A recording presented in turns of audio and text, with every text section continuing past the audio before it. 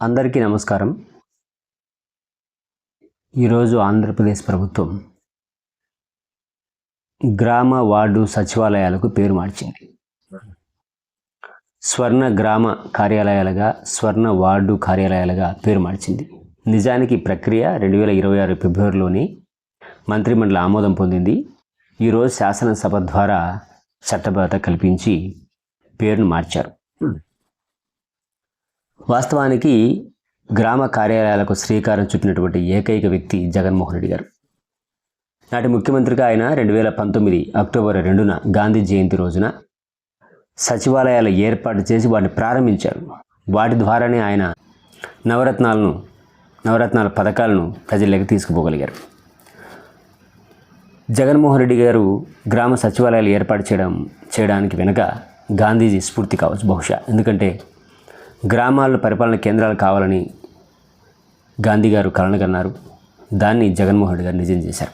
తదనంతరం ఏర్పాటైనటువంటి కూటమి ప్రభుత్వం సచివాలయాల నిర్వహణలో కానీ లేకపోతే వాటి పట్ల పెద్ద సుముఖత వ్యక్తం చేసినట్లుగా మనకు అనిపించదు, తప్పదన్నట్టు నడుపుతూ ఉంది. అయితే ఈ గ్రామ సచివాలయాలకు స్వర్ణ గ్రామ కార్యాలయాలుగా, స్వర్ణ వార్డు కార్యాలయాలుగా పేరు మార్చడం వల్ల బహుశా కూటమి ప్రభుత్వం అనుకుని ఉండవచ్చు, జగన్మోహన్ రెడ్డి గారి పేరును కొంతవరకు సచివాలయాల నిర్మాణంలో నుంచి, వాటి రూపకల్పనలో నుంచి ఆయన దూరం చేయొచ్చు అని అనుకుని ఉండవచ్చు. కానీ కూటమి ప్రభుత్వం తెలుసో తెలియకో చాలా గొప్ప పని చేసింది. ఎందుకు అంటే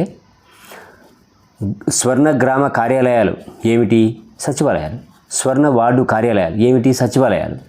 అయితే గ్రామానికి స్వర్ణ కేంద్రాలు, వార్డులకు స్వర్ణ కేంద్రాలు అని కూటమి ప్రభుత్వం చెప్పకనే చెప్పి వాటిని అంగీకరించింది. ఇది మరింత విస్తృతంగా ప్రజలేకపోతుంది. ఓహో, సచివాలయాలంటే స్వర్ణ కేంద్రాలా, గ్రామాలకు బంగారపు లాంటి కేంద్రాలా అని బహుశా వాటికి మరింత విస్తృతి కలగచ్చు.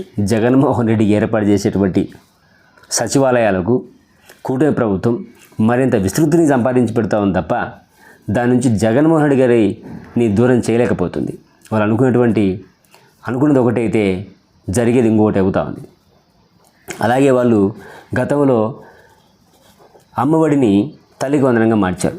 నేటి కూడా గ్రామాల్లో అడిగితే మీకు తల్లికి వందనం అని ఎవరు మాట్లాడడంలే, అందరూ అమ్మఒడి గురించి మాట్లాడుతున్నారు. మాకు అమ్మఒడి పడిందని కొందరు, మాకు పడలేదని కొందరు. అమ్మఒడి అనేటువంటి పథకమే బాగా ప్రాచుర్యం పొందింది, కానీ తల్లికి వందనం ప్రాచుర్యం పొందలే. ఆ విషయం ప్రభుత్వ పెద్దలకు కూడా తెలుసు.